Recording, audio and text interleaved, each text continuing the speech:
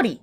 This is your friendly neighborhood physics teacher here, and we're on the second to last video. This one should be pretty short. This is dealing with electricity.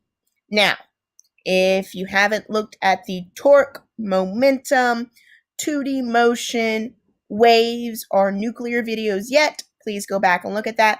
On the torque video, I go into more detail about what to expect on the day of the test and in the physics final overall. So make sure you definitely look at the torque video to get some detail about that. Now, again, this is just the beginning of your review chart. So this will be your variables, this will be your units or constants, and then this will be your equations. Variables go into the equations, units go after the number, and then, of course, your equation. So electrical force, your electrical force represented with a force, capital F for force, and then E sub E for electrical. It's a force, so it's always measured in newtons. And your equation is Fe equals K Q1 times Q2 over R squared. Your electrical constant is represented with a K, and it is a constant, and so it'd be 9 times 10 to the ninth. Your units for that is Newton meters squared over kilograms squared. That is just units. So if you see that, that is not an equation. That is just units.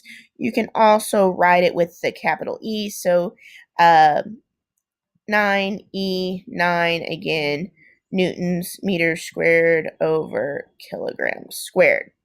Charge is represented with a Q, and your unit for that is coulombs.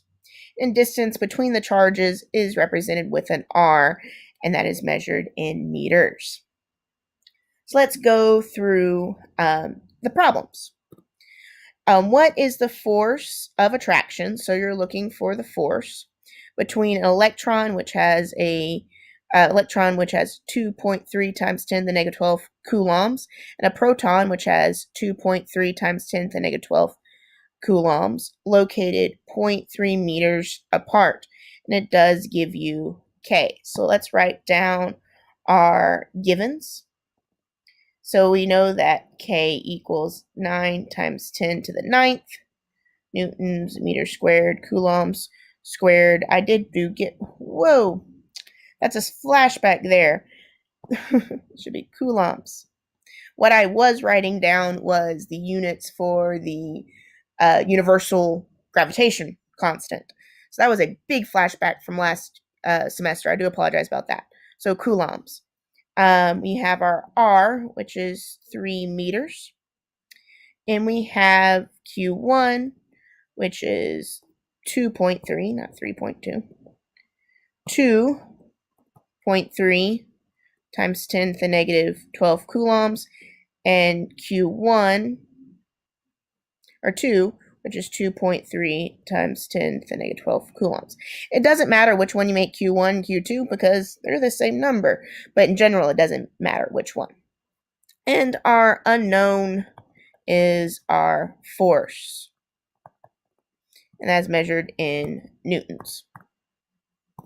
So the equation we're going to end up using is your Fe equals K Q1 times Q2 over R squared.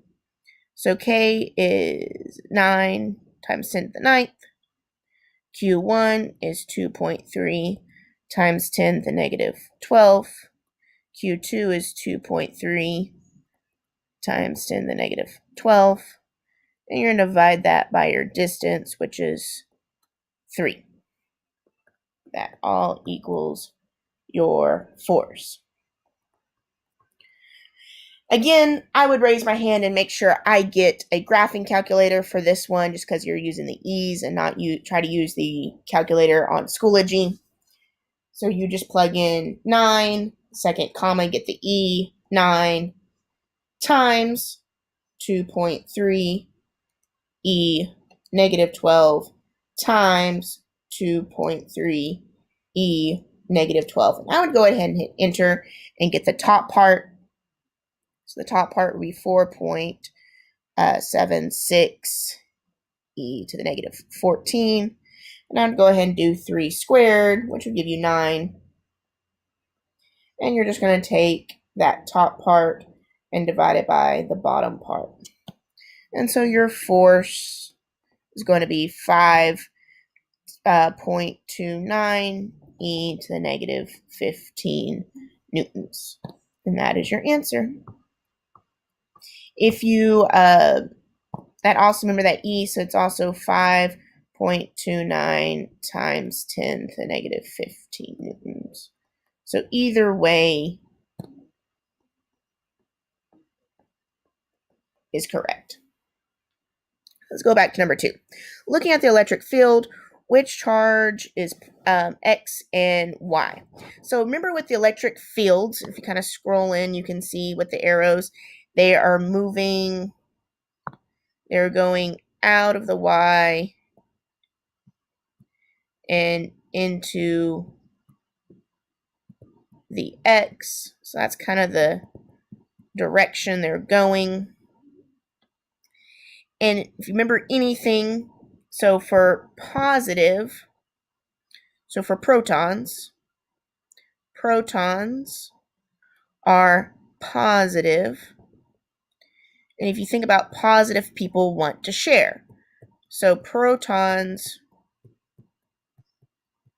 radiate outward. Electrons are negative, and negative people don't want to share. Mine. So electrons pull in. So since the Y is pushing out and the QX is going in, your Y is a positive, your X is a negative, so your Y is a proton and your X is an electron. So there we go. So number 3, what is the only part of the element that can move and cause electricity? So the only part, so if you have a nucleus, which is full of protons and neutrons, and then you have, again, you have the cloud, electric cloud, that has the electrons in it.